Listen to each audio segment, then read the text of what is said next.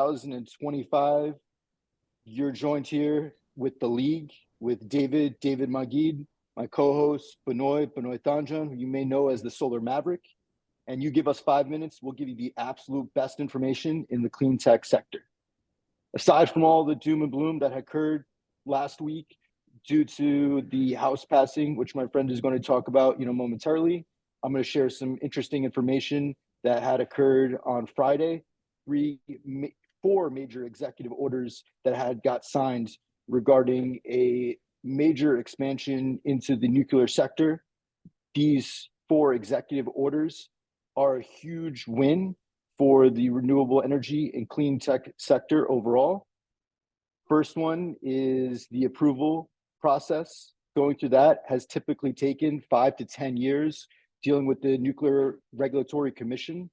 This process has been streamlined, over an 18-month cycle. So that cycle is significantly streamlined. We should see a huge impact from this.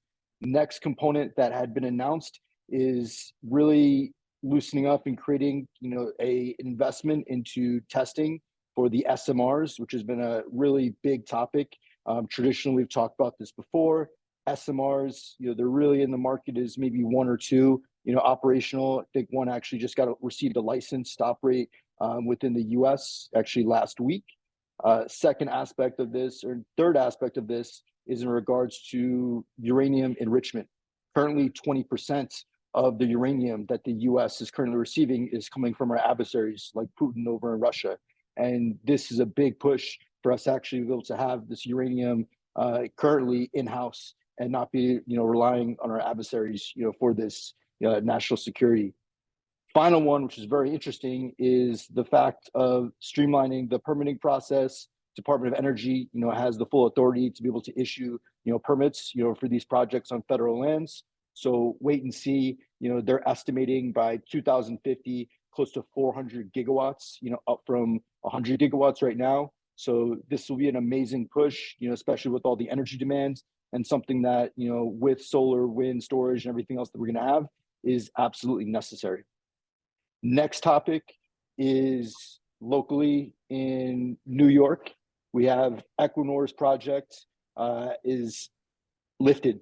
So that stop work order has been lifted. Empire Wind project resuming construction, very controversial, created a lot of stirs within the market, and that stop work order has been lifted. It appears there has been a compromise, that had occurred with New York State. There is natural gas pipelines that may be actually getting approved, due to this. So there looks like there has been some sort of arrangement. I think the positive news is that this project is resuming construction. This was a very worrisome, item for a lot of folks within the sector. And I think Equinor, is very happy, that their project is up and running. And that's that. Dave, that's really helpful. I feel like I learned so much from your updates, and especially about SMRs and about expediting nuclear. Obviously, modular nuclear is going to be extremely popular. We're seeing a lot of development in that space, and we need all energy resources to handle the huge load that's coming up in the US for energy demand. So I appreciate you sharing this great information. Without a doubt, and I'm always excited to hear the fascinating information you're about to share too. Yeah, definitely. So I'm focusing on the overview of the House bill. The tax bill was actually passed last week on May 22nd, 2025. It's called the One Big Beautiful Bill Act. That was passed 215 to 214 vote. It proposes substantial cuts to clean energy incentives established under the 2020 Inflation Reduction Act. Here's some of the high level overview of the impact on renewable energy. It's basically terminating tax credits, specifically the residential clean energy tax credit, Section 25D, clean vehicles credit, Section 30D, 25E, 45W, which will be eliminated after 2025. Also clean hydrogen production tax credits. The key thing is they're also doing accelerated phase outs of the production tax credits and investment tax credit for clean energy projects. It now requires construction to begin within 60 days of the bill's enactment, with end completion by the end of 2028, tightening previous timelines. The next stop in this process is it goes to the Senate, where the future of this remains uncertain. The Senate's going to deliberate.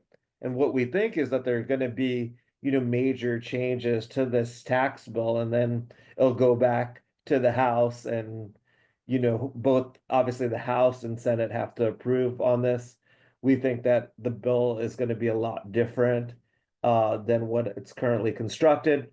But it's important for you, if you're in the renewable energy industry, to contact your representatives in Congress to urge revisions to the reconciliation package before it's too late. They need to hear directly from us, and these consequences will impact jobs, investment, and deployment of new energy across the country.